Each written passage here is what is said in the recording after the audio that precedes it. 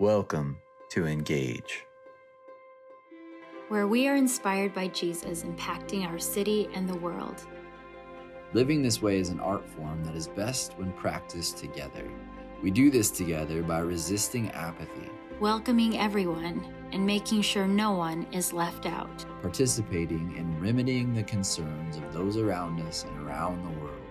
Telling our stories, and just by actually being, eating, and doing life together. We believe that every day is another chance to live by faith Labor in love. and endure with hope. Join us, create with us, as we follow the brushstrokes of the Creator. Welcome to Engage.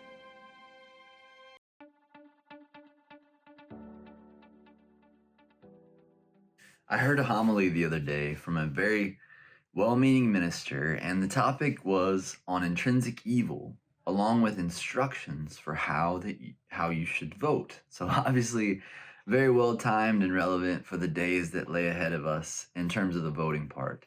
And like I said, the minister was a very well-meaning person, so I'm not going to go into all the ins and outs of the homily, just the metaphor that he used that I found very interesting. It was a house, specifically the foundation of a home. And the idea was that there are some issues on the ballot that represent an intrinsic evil. Intrinsic, in case you had to look it up like I do, means like inherent, like natural, like built in. And there are some issues that don't include those things. And I won't spell out like which ones did and which ones didn't according to this person. But basically, those intrinsic evil issues make up the foundation of a home. So to cast a vote for a candidate on the quote unquote wrong side of even one of these issues, or to entertain a discussion about one of these issues, would be as ridiculous for this minister as the coming together of, to stay in the metaphor, one person who wants to keep a foundation strong and one person who wants to sledgehammer it apart. Now, like we all do, I see the news. I see social media. I know how divided our society seems to be. But I have never heard such a straightforward and, again, well-meaning message about basically steering clear of each other. As if there are certain chasms that are too great for human relationship to cross. Now, I hate to jump the gun when we just celebrated Halloween, but it won't be long until we're flipping through the Bible to the book of Matthew, chapter 1, and reading the genealogy of Jesus to our kiddos as they gather around the Christmas tree. And as you do that, if you're a family that does that, your kids might ask, like, what is the deal with all these names? Seems like the most boring way to start a book or to introduce what is the coolest story of all time, which is the birth of Jesus. But you can always say that it's not boring because each of those names there represents an epic story. And in my opinion, some of the most epic of all of them, of all those stories, comes from the women that are represented in that genealogy. Stories of faithfulness and courage and perseverance. And in the case of Ruth, wife of Boaz, mother of Obed, a story of radical friendship that is in direct contrast to the message that I heard the other day. This radical friendship that crosses any chasms that might stand in its way. So Ruth 1 through 5 is such a sad beginning to a book that it's really very easy to miss some of the cultural nuances here, but they are very important to the story. So it begins with a man named Elimelech, which is a very fun name to say, and his wife Naomi. And because of a famine, they are forced to move from Bethlehem in Judah to a country called Moab. So this is kind of the beginning of the sad part of this story. And this is the beginning of also the cross-cultural subplot that's going on in this story. If you go back all the way to the book of Deuteronomy, you can clearly see how Moabites and Israelites were not really meant to mix at all. And the reasoning behind that separation would probably be pretty similar to the foundation homily that my well-meaning friend laid out. These are foundational issues that seemingly cannot be negotiated or discussed between the two people groups. But because of famine, here they are, Israelites in Moab. And the tragedy continues for Naomi because Elimelech, her husband, dies, leaving Naomi with her two sons in a foreign place, in a culture where widows have it bad, to put it very simply. Now, her sons both marry Moabite women. This is no small thing, it's a very interesting thing. And then tragically, those two sons also die. So here we are in the first 5 verses of the book of Ruth, and we have 3 widows. All have lost their husbands. Naomi has lost not only her husband, but also her 2 sons as well, and is very, very far from home. So Naomi hears word from home that aid has actually arrived and she is able to get food in Bethlehem. So this is really her only choice. Her only hope is to go back home. And at first it seems that all 3 of them, Naomi with her 2 daughters-in-law, Ruth and Orpah, they were all set to go back together. But then Naomi takes a look at the situation. And basically what she sees and what she says is that you two should stay. Like, we should really just part ways. And she spells out all the good reasons why this should be. They would be Moabite widows in a foreign place, connected to a widow who probably isn't going to have more sons. Even if she did, would the daughters-in-law like wait for them to grow up? And then at that point there would be this age that would be an issue, age issues. And everything logically just leads to them going their separate ways. So much so that though neither one of them, Orpah or Ruth, the 2 daughters-in-law, neither one of them wants to, but Orpah finally decides that she is going to stay. She's going to part with Naomi. But Ruth doesn't. In Ruth 1:14, it says, "At this they wept aloud again. Then Orpah kissed her mother-in-law goodbye, but Ruth clung to her." Now, being a words person, I was captivated by those last words. Ruth clung to her. That's a powerful statement there. And this is from the NIV. Some older translations, they translate it as clave, which is the past tense of cleave. The Hebrew word there is davak. It means to follow hard, to stick to keep fast, or to abide.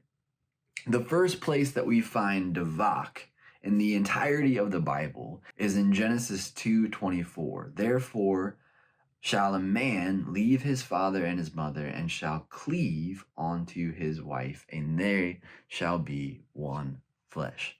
This is serious business, all the way back to the book of Genesis. And it seems that Ruth knows that it's serious, because she continues in Ruth 1:16-17 by saying, "Don't urge me to leave you or to turn back from you.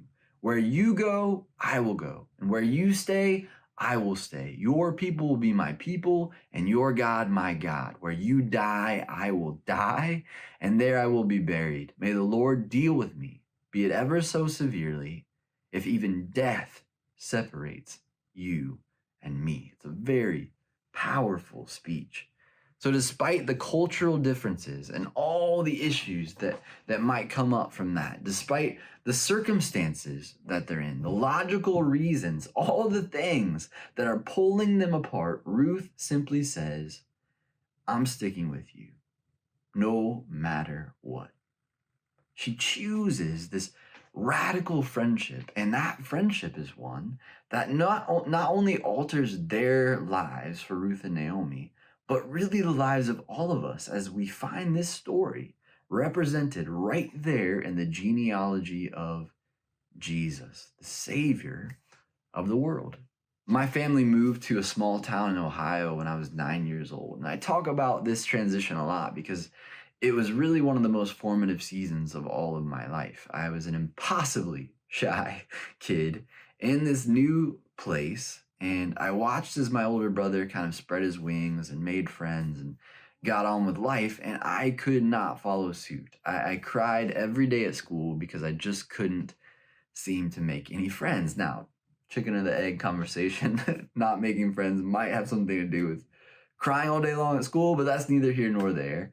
Until one day, a kid named Marvin came up to me and he challenged me to a race. And from that day forward, Marvin and I were best friends, man. We could not be separated. Now, Marvin was black in a predominantly white school and a predominantly white town.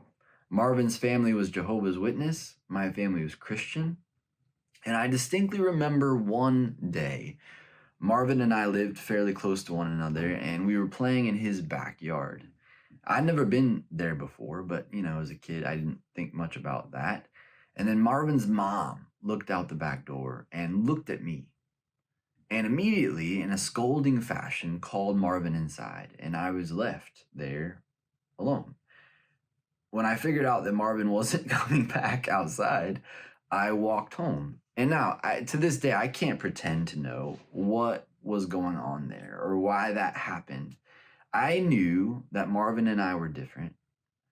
And I guess in my 9-year-old mind, I thought maybe those differences were too big for his family to allow for us to let us be friends, which was tragic to me because, again, Marvin was the only friend that I had. And so I spent all night worrying about this, and then guess what? The next morning, knocking at the door, guess who was there to walk with me to school the next day? It was Marvin. And again, can't know all the ins and outs of what happened in that house that night. I can imagine that at some point, Marvin had to make a choice. Would it be harder for him to be friends with me rather than someone else that maybe had the same background, same religion? Maybe it would be. But Marvin chose to stick with this dude that used to cry every day at school. And for me, for that year, for that season of my life, man, that choice saved me, saved my life. We live in a society today where everyone seems to be huddling in their corners and only connecting with those who are like-minded. And we also live in a society where people have never been more lonely, never felt more isolated, never felt more depressed, never felt more anxious. And I think those two things are directly connected to each other. I don't think it's that God isn't providing us companions. I actually think it's that the companions that God gives might not match perfectly with the viewpoints, the ideas, the beliefs, the background that we sometimes see in a proper companion for us. And what we learn through Ruth and what God knows is that this world, the society we live in, needs more radical friendships. Friendships that cross the chasms of belief, ideology, background, culture. Friendships that defy all the odds. We've become far too comfy when it comes to choosing friends. And comfy friends aren't bad, but it's often those radical friendships that change things, not just for us, but also for the world around us. And it's those radical friendships that remind us that we're in this thing together, you and I. We were not made to go to our corners and shake a fist at the other side. What we were made for is to cling to each other, to love each other at all costs. That, my friends, is the foundation of the house. No issue could ever be that, no matter how strongly you believe about it. So my challenge to you is this. Start with one coffee with a person from across the chasm, seemingly, and see where that goes. It may be that it is someone who believes differently about one of those issues or one of those candidates that is on the ballot coming up. Maybe it's a friend or a family member who you have been estranged from for far too long. Maybe it's someone else for some other reason. Start with one meeting, one step across the chasm, and then who knows where that goes. Something subversively beautiful might just bloom from that one meeting, that one coffee, that one step. So my prayer for you is this. May you find God-given companions on this journey called life that are sparked by Ruth's encouragement for us to cling to each other in the face of all the things that are trying to pull us apart.